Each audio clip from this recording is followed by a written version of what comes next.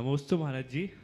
मेरा यह प्रश्न है कि यदि कोई श्रावक श्राविका जिन सेवा के लिए यूट्यूब, इंस्टाग्राम, व्हाट्सएप आदि माध्यमों से धर्म एवं गुरु प्रचार का निष्काम भाव से प्रयास करे, किंतु उसके अपने ही साथी विश्वासघात करके उसके विरुद्ध झूठे आरोप लगाएं, समाज में उसकी प्रतिष्ठा को कलंकित करें और मुनिराजों के प्रति भी भेदभाव दिखाते हुए कि इन मुनियों की प्रभावना मत करो, केवल उनकी करो, तो हे प्रभु, ऐसे दुराग्रही लोगों का अंततः क्या परिणाम होगा और ऐसी विषम परिस्थिति में धर्म सेवक को कैसा आचरण करना चाहिए?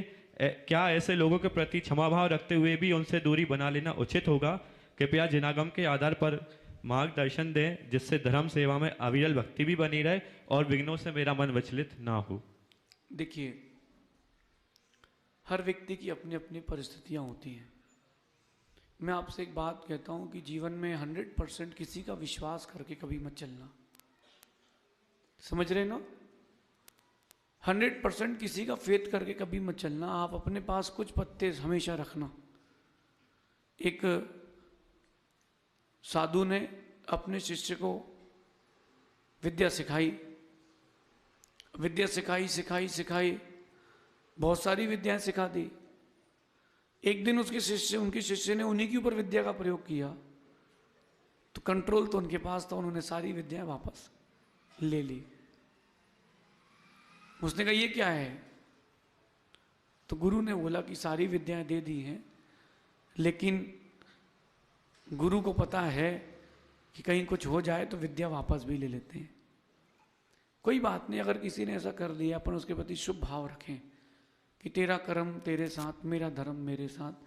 किसी ने मेरे साथ बुरा किया, ये उसका कर्म, मैं किसी का बुरा नहीं करूं, ये मेरा धर्म, ये मेरा धर्म है, ये निजी आपका ये कर्तव्य है।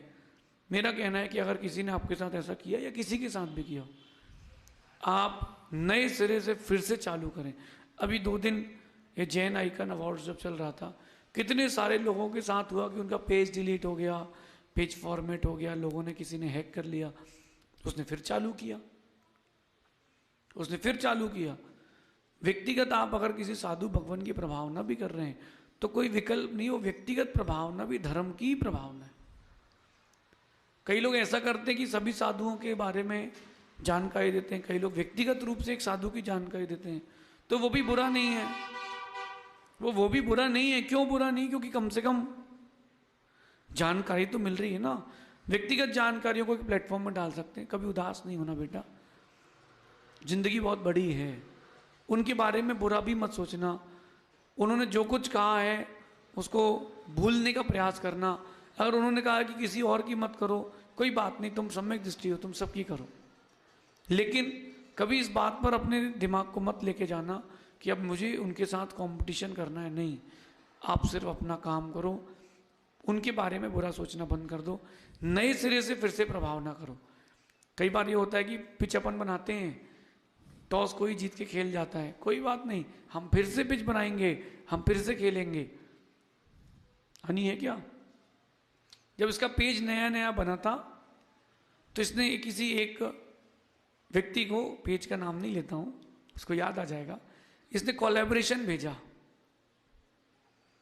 और उसने बोल दिया कि हम छोटे मोटे पेजों से कोलैब नहीं करते। कल उस पेज को इसने अवार्ड दिलवाया था। हमारे अपने पेज के बेस पर ही उसको अवार्ड मिला था कि इसको बुलाया जाए, हाँ इसको बुलाया जाए।